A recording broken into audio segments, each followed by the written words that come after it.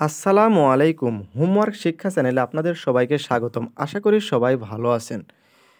আমরা পদার্থবিজ্ঞান 1 নন মেজর যেটা উম কেমিস্ট্রি এবং ম্যাথ ডিপার্টমেন্টের জন্য সেই বইয়ের চ্যাপ্টার 5 এর ধারাবাহিক লেকচার দিতেছিলাম। তারই ধারাবাহিকতায় আজকে আমরা একটা সমাধান দেখব যে প্রমাণ করো যে y = 3k * 1 - 2 সিগমা প্রতীকগুলো প্রচলিত অর্থ বহন করে।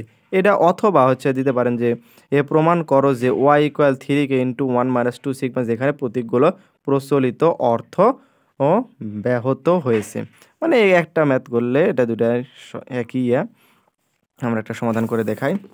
আচ্ছা, তাহলে প্রথমে আমরা দেখতেছি যে ওয়াই এন আর সিগমা, ওয়াই এন আর সিগমা, এই তিনটার মধ্যে যদি সম্পর্ক স্থাপন করে একটা ঘনক লই, ঠিক আছে? তাহলে ওয়াই এন এবং সিগমা এর মধ্যে সম্পর্ক স্থাপন করে করতে ঘনক লই। এই ঘনকটা এখানে আমরা অঙ্কন করে দিয়েছি, ঠিক আছে?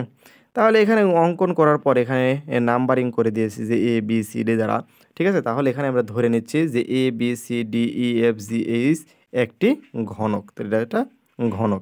তাহলে ধরি এ ই এইচ ডি এবং বি এফ জি সি এর মধ্যে টি ক্রিয়া করিতেছে।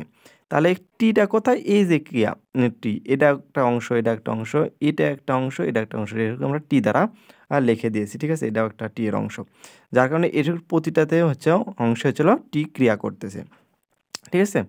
তাহলে ইয়াংয়ের গুণাঙ্ক ওয়াই ইকুয়াল দৈর্ঘ্য পীড়ন ডিভাইডেড বাই দৈর্ঘ্য বিকৃতি, এটা আমরা সূত্র জানি, ঠিক আছে? তাহলে দৈর্ঘ্য পীড়ন ইকুয়াল কি টি ডিভাইড বাই 1, টি ডিভাইড 1 লিখলাম, তাহলে দৈর্ঘ্য বিকৃতি এক্স ডিভাইডেড বাই 1 আসতেছে, ঠিক আছে? হ্যাঁ, তাহলে এখন আমরা এটাকে যদি উল্টায় দিই তাহলে কি আসতেছে? তাহলে টি ডিভাইডেড বাই এক্স আসে, ঠিক আছে? 1 রিমুভ হয়ে যায়। তাহলে এক্সটা যদি সামনে নিই তাহলে x equal t divide by y আসে। তাহলে পয়সনের অনুপাত সিগমা ইকুয়াল, এটা পয়সনের একটা সূত্র, কিন্তু পয়সনের অনুপাত সিগমা ইকুয়াল পার্শ্ব বিকৃতি ডিভাইডেড বাই দৈর্ঘ্য বিকৃতি। তাহলে এখানে কি পাইতেছি? সিগমা ইকুয়াল পার্শ্ব বিকৃতি ডিভাইডেড বাই এই দৈর্ঘ্য বিকৃতিটা কি? এই যে টি ডিভাইড বাই ওয়াই, এই টি ডিভাইড বাই ওয়াইটা আমরা লিখে দিলাম। তাহলে পার্শ্ব বিকৃতির সামনে নিলাম আর এটা অপোজিটে দিলাম, তাহলে কি এটার সাথে গুণ অবস্থা হয়েছে, তাহলে sigma into t divided by Y আসতেছে। তাহলে সুতরাং এ বি সমান্তরাল বাহুগুলির দৈর্ঘ্য ও বৃদ্ধি টি ডিভাইডেড বাই ওয়াই এবং লম্বিক বাহুর দৈর্ঘ্য হ্রাস sigma T divide by Y, অর্থাৎ দৈর্ঘ্য বৃদ্ধিটা minus sigma T divided by Y, এটা দৈর্ঘ্য বৃদ্ধি পাচ্ছে।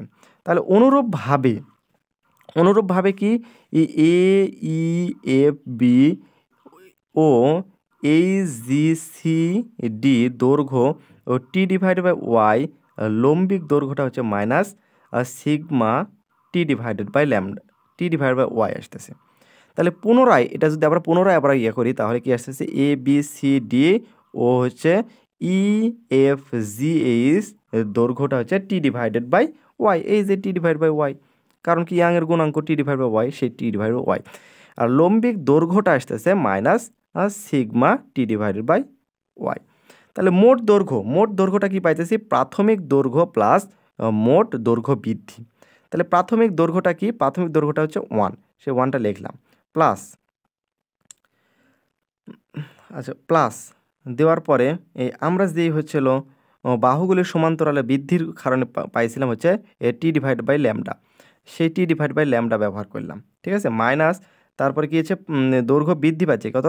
Minus sigma T divided by y, সেই টি ডিভাইড বাই ওয়াই ব্যবহার করলাম। আর লম্বিক দৈর্ঘ্যটা এই লম্বিক দৈর্ঘ্য কিন্তু একটা লম্বিক দৈর্ঘ্য নিলাম minus sigma T divided by lambda. এখন আমরা এটাকে স্থির রাখবো, এটা মাইনাস আর এটাও মাইনাস একই সংখ্যা, তাহলে এটাকে 2 sigma T divide by y আকারে লিখবো, ঠিক আছে? আচ্ছা, সেই কাজটা আমরা এখানে করেছি, স্থির রাখার পরে এটাকে একত্রে করেছি। তাহলে এটাকে 1 স্থির রাখলাম, এখানে টি ডিভাইড বাই ওয়াই, এখানে T divide by Y, T divide by Y common নিলে তাহলে এখানে কী থাকছে? 1 মাইনাস 2 সিগমা। তাহলে এখন প্রাথমিক আয়তন মনে করি, প্রাথমিক আয়তন ঘনকটির, তাহলে ঘনক যখন বলা হয় তখন কিউব দ্বারা প্রকাশ করে, তাহলে 1-এর উপর কিউব ব্যবহার করলাম, তাহলে 1-এর উপর কিউব মানে কি 1-ই হয়। তাহলে বর্তমান আয়তনটা কি পাইতেছি? এটা বর্তমান আয়তন, ঠিক আছে? তাহলে এই বর্তমান আয়তনের সাথে আমরা ঘনক ব্যবহার করেছিলাম, তাহলে এখানে একটা ঘনক বলতে 3, এই 3টা আমরা এখানে ব্যবহার করে দিলাম, ঠিক আছে, আর বাকিটা ইনপুট দিয়ে দিলাম। তাহলে ঘনকের আয়তন পরিবর্তন, তাহলে ঘনকের আয়তনটা কীভাবে পরিবর্তন হচ্ছে, বর্তমান মাইনাস প্রাথমিক আয়তন। ঠিক আছে, তাহলে বর্তমান আয়তনটা কি, এই যে বর্তমান আয়তন সেটা আমরা এখানে ইনপুট দিলাম, আর প্রাথমিক আয়তনটা কি এই 1, সেই 1টা আমরা মাইনাস দিয়ে লিখলাম। ঠিক আছে, এখন এই -1 আর এখানে +1 রিমুভ হয়ে গেলে এটা যা আছে তাই স্থির থাকতেছে। এখন আয়তন বিকৃতির আমরা সূত্র জানি, আয়তনের পরিবর্তন ডিভাইডেড বাই প্রাথমিক আয়তন।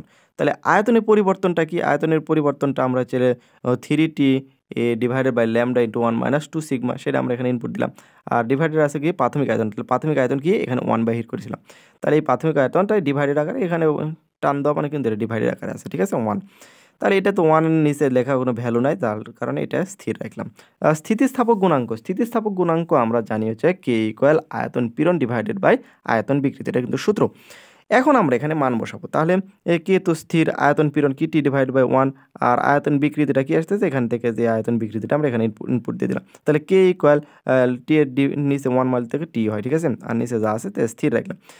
এখন এই ওয়াইটাকে এবারে উপরে তুলে দাও, আর এটা টি এক নিচে নামা দাও। ঠিক আছে, তাহলে কি আসে, এটি আর নিচে টি আসলে টি কাটা গেল, আর এই ওয়াইটা উপরে গেল, তাহলে ওয়াই ডিভাইড বাই, তাহলে এখানে কি থাকে 3 × 1 - 2 সিগমা। ঠিক আছে, তাহলে ওয়াইটাকে সামনে নিলাম আর এটাকে আমরা অপোজিট পার্ট করে দিলাম, তাহলে 3 কে × 1 - 2 সিগমা, এটাই হচ্ছে প্রুফড। সবাই আশা করি বুঝতে পারছেন। আজকের মতো ক্লাসটা এখানে সমাপ্তি। আর যারা আমাদের পেইড ব্যাচে যুক্ত হতে চান তারা ডিসক্রিপশন চেক করে হোয়াটসঅ্যাপ ইমো নাম্বার দেওয়া আছে, যোগাযোগ করে এই কোর্সটি নিতে পারেন। সামান্য মূল্যে কোর্স ফি দিয়ে যাচ্ছি, অথবা আমাদের ওয়েবসাইট থেকেও কোর্স পারচেস করতে পারেন। ওয়েবসাইটের লিঙ্ক ডিসক্রিপশানে দেওয়া আছে। সবাই ভালো থাকেন, সুস্থ থাকেন। আসসালামু আলাইকুম ওয়া রাহমাতুল্লাহ।